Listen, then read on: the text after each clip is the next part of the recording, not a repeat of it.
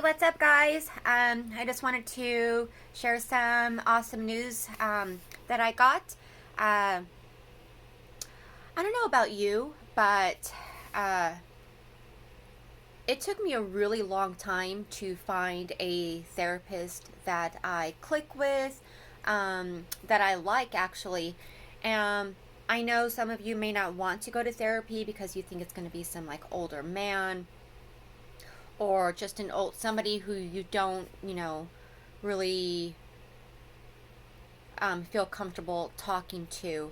Um, but it's just, you just have to keep pushing through and find the right one. It took me quite a long time, and for a long time, I didn't want to go to therapy because I just felt like they couldn't identify, or I couldn't be as honest with them. And even now, I don't really tell my therapist everything. But I really liked her, and I was seeing her for a while, and I moved out of state. And when I came back, I had really wanted to pick up seeing her again. And she's actually a therapist that I met in Redlands at the Clearview Therapy. She actually is hardly there anymore, but she has her own practice now, which I found out. But anyways, so when I came back, I was wanting to see if I can get in to see her again. And I was calling and leaving messages, and they were telling me like, oh, okay, she's hardly here, but I'll put the note in her folder. Months and months went by, and I was feeling like, what did I do? Like, was I that bad of a patient to where she doesn't want me back anymore? Um, why I was feeling really bad about myself. And so I didn't even bother looking for another therapist. I just felt like, I kind of felt like giving up in that aspect.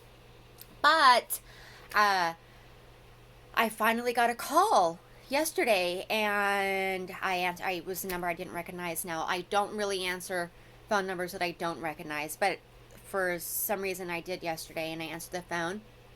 And I said, hello. She's Stephanie. And I said, yes. She said, hi, it's Shalonda. Oh, I almost jumped out of my car. I was like, hi. She was like, I am so sorry. And she explained to me that she's hardly there, and that, they were just putting the notes in her folder, and she hardly checks her folder. And she wishes that they would have called her and at least left her a message and let her know that I was calling her. And I told her, oh my gosh, like I felt like you were ignoring me. It was like that bad of a patient.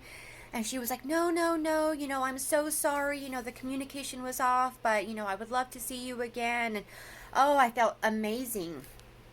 But that just goes to show, I was imagining things. I was feeling like, why doesn't she call me back? Doesn't she, am I that bad? Why? And I was starting to feel bad at myself and panicking. And those, that's one of the symptoms of, bipolar disorder or borderline disorder, of imagining stuff, and when you don't get a call back, especially for a long time, even somebody who doesn't acknowledge you for a certain period of time, you start panicking and imagining the worst things possible, and what did I do wrong? So that phone call was really exciting. So I'm super excited to see her again. I know some of you are, questioning like, oh, I don't know about therapy. You just have to find the right one, the right therapist for you, and the right fit. It's going to take some time, but you'll get there, I promise. Yeah, I just wanted to share that awesome news. So you guys have a great day. Bye.